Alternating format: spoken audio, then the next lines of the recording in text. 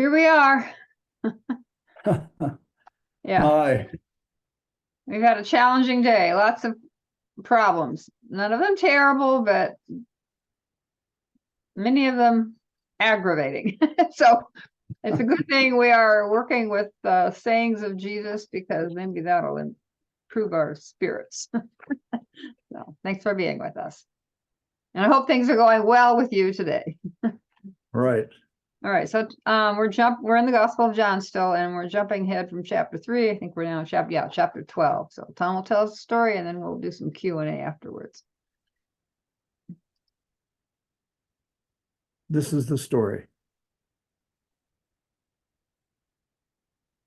Now, among those who went up to the festival to worship were some Greeks, and they came to Philip, who is from Bethsaida in Galilee, and asked him, "Sir, we wish to see Jesus."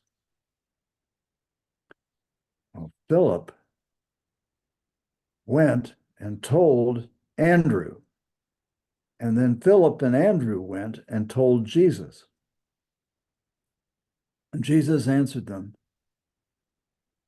"The hour has come for the Son of Man to be glorified. And very truly, I tell you, unless a grain of wheat falls into the earth and dies, it remains a grain of wheat alone. But if it dies, it bears much fruit. Those who love their life will lose it. And whoever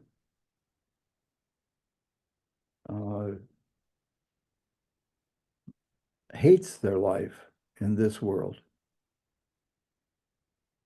will keep it for eternal life. Whoever serves me must follow me, so that where I am, my servant may be also. And whoever serves me, the Father will honor. But now my soul is troubled. And what shall I say? Father, save me from this hour? No. No, it is for this reason that I have come to this hour. Father, glorify your name. And there was a voice from heaven that said, I have glorified it, and I will glorify it. Those who stood there, when they heard this, thought that it was thunder. But others said, an angel has spoken with him. But Jesus answered, this voice has been for your sake, not for mine. Now is the judgment of this world. Now the ruler of this world will be overthrown. Now, when I am lifted up from the earth, I will draw all people to myself. He said this to indicate the kind of death he was to die.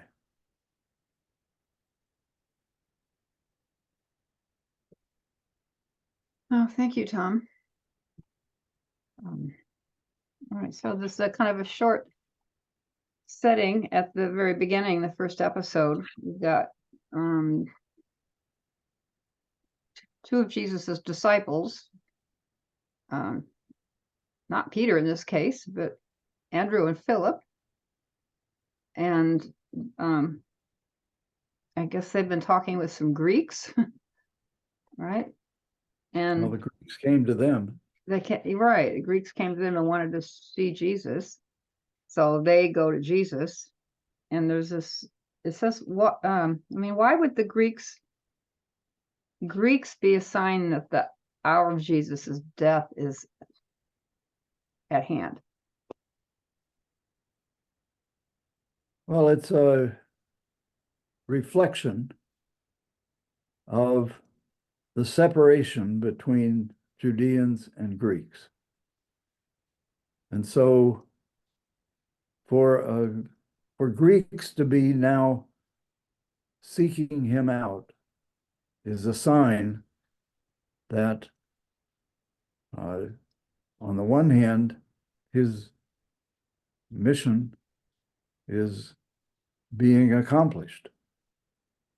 On the other hand, it is a sign that the way in which his mission will be accomplished is by his death. And so the fulfillment of this hour is the fulfillment of his prophecy that he will be killed and be raised on the third day. So this is a very I don't know, sober, Right. and sad saying that reflects the conflict that exists between Judeans and Greeks. And that conflict has been played out in for the listeners to John's gospel. This is in the aftermath of the Judean-Roman War. All right. Do the Greeks sort of symbolize all, Gentiles? Yeah. Some sense, yeah. Okay. Yeah. Right. Those so right. So actually after this initial setting episode, all the rest of this passage is Jesus's reflections on his impending death. Yes. Right. And so he says he has another seed metaphor comes next. What does that mean, that metaphor, the seed dying? There was a belief in the science of the ancient world that the way in which seeds sprouted and came to life was by their dying. So a seed, their understanding was that a seed that was sown in the ground would die, and in that process then would bring forth life, would bring forth grain. So Jesus' statement about this is based on a widely held belief about how seeds come to bear grain. Right. Then he talks about, we kind of contrasts those who love their life versus those who hate their life. What does he mean by those who hate their life? Well, it is a reflection of the overall worldview that is present in the Gospel of John, which is that this world, the world, is a place of conflict, a place of hatred, a place that you would want to get away from. And it reflects this polarity that exists in the gospel between this world and the world to come, the world above this world, that is heaven. And so this antithesis between this world and the other world, that is this world and the world above, the world below, the world above, and that Jesus has been the one who has, as the Son of Man, has ascended into heaven, that is, into the other world, and has come down to bring new life for those in this world. Okay, so then next, Jesus talks about those who serve him will follow him. And he has several different ways he puts together those who serve him and following him. And what is that? What's he getting at there? The implication of Jesus' recognition of this as being his hour is also a recognition that this is an hour of testing for his disciples, and that his disciples will follow him in the way that he is going, and that means that they too will face their hour of testing. And they're then giving up their life in order to follow him. So this is a statement that reflects Jesus' understanding of discipleship and of what it means for people to love him and to follow him, is that they will follow him in the way that he is going. So. Right. And then Jesus talks about being, well, it says that Jesus is troubled. Jesus says, he gives an inside view that his soul is troubled. And it's kind of funny. So what should I say? What is it? Save me from this hour. Now that this all sounds very much like in the Gospel of Mark, what happened in Matthew and Luke. And Matthew and Luke too, yeah, in the Garden of Gethsemane, but it's a different take on what on there, where it says, Jesus again is very troubled, but he says, if take this cup away from me. But here's John is different. Yeah, so comment on that difference, if you would.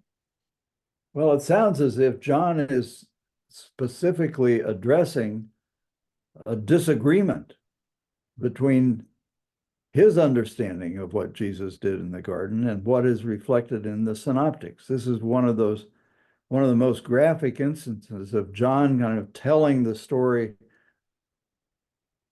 as against the Matthew, Mark, and Luke, and that they didn't get it right. That Jesus didn't say, "Take this cup from me."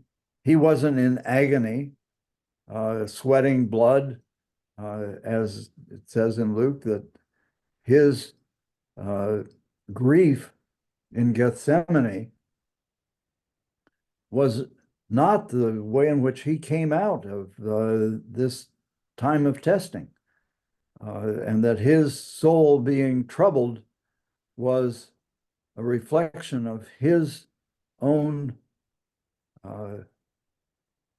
decision to give his life for the sake of the world, and that he recognized that the way that he was going to lead to his death, and that he said, "Bring it on." In effect, that that's the reason why he had come to this hour.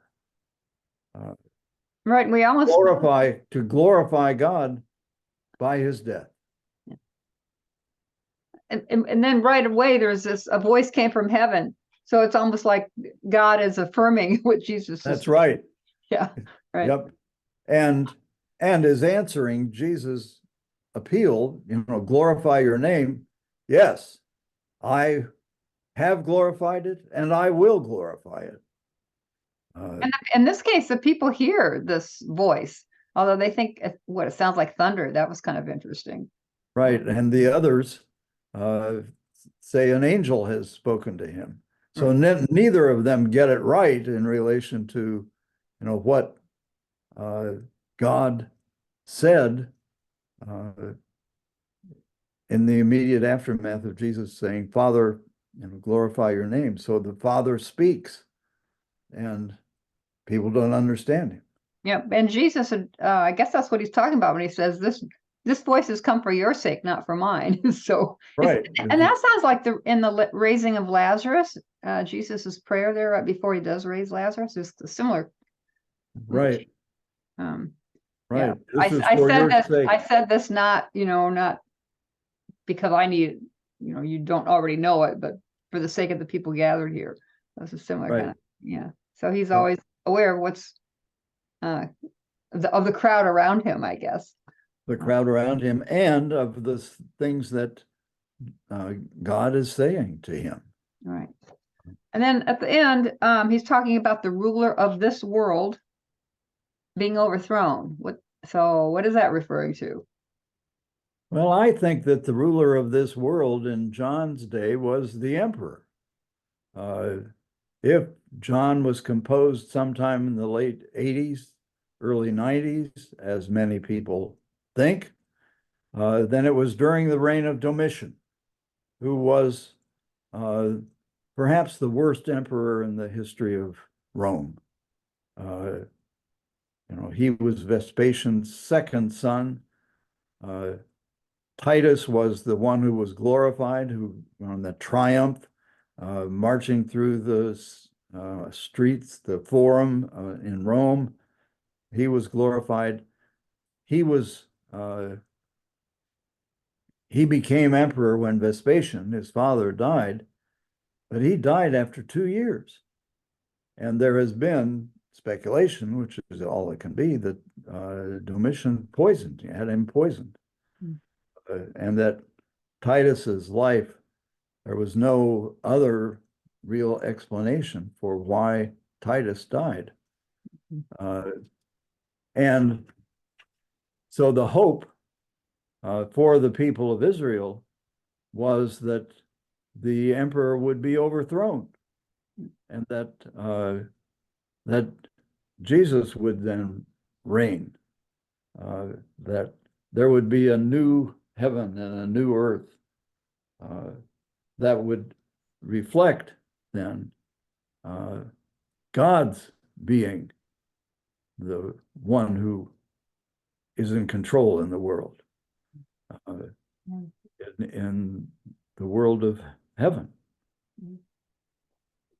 In the very end of this passage, then Jesus says, I will be lifted up from earth and would draw all people to myself. And then this was said then the narrator explains this was to indicate how he would die.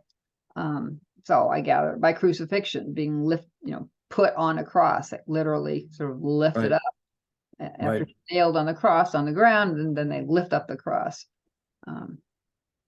What does it mean that people? And this is a reflection of a recapitulation of what he said earlier to Nicodemus.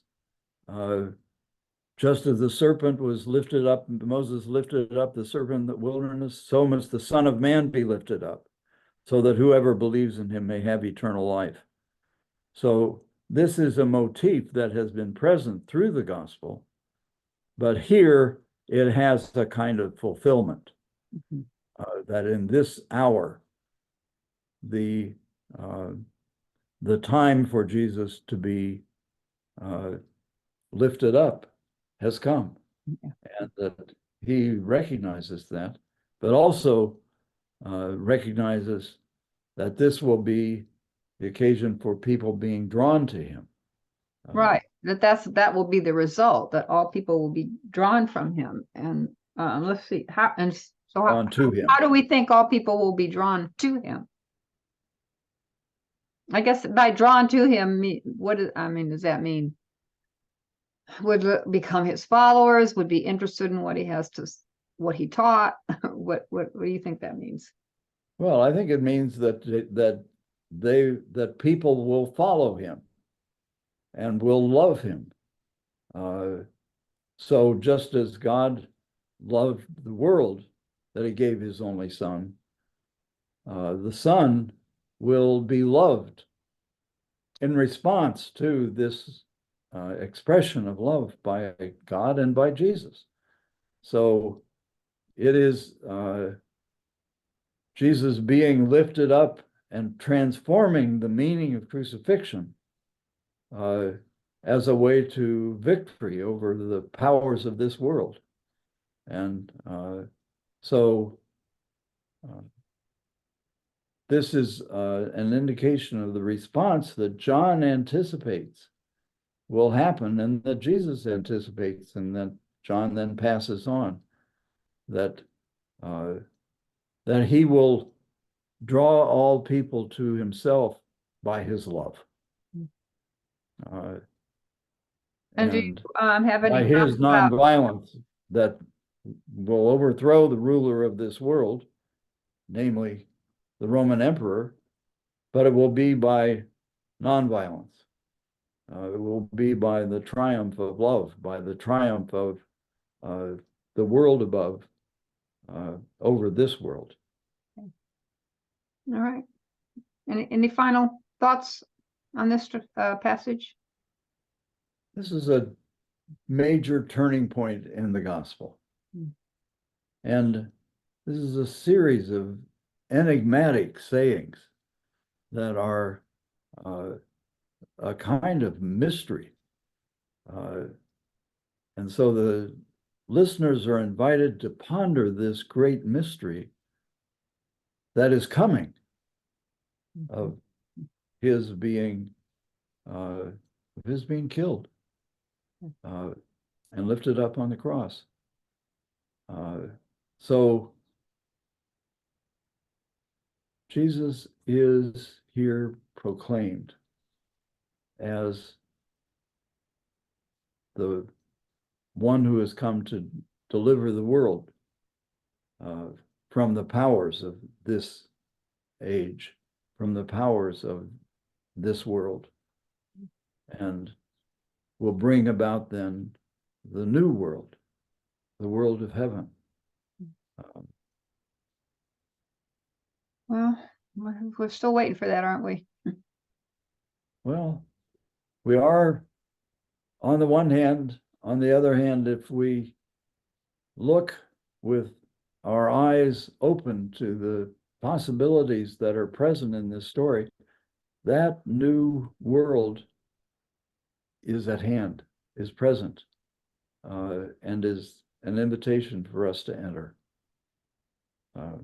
So it's another dimension of the proclamation of this good news of Jesus, the Messiah, the victor over the powers of this world. Okay. Thanks for joining us this week. Have a good week. Yes. Bye. Bye.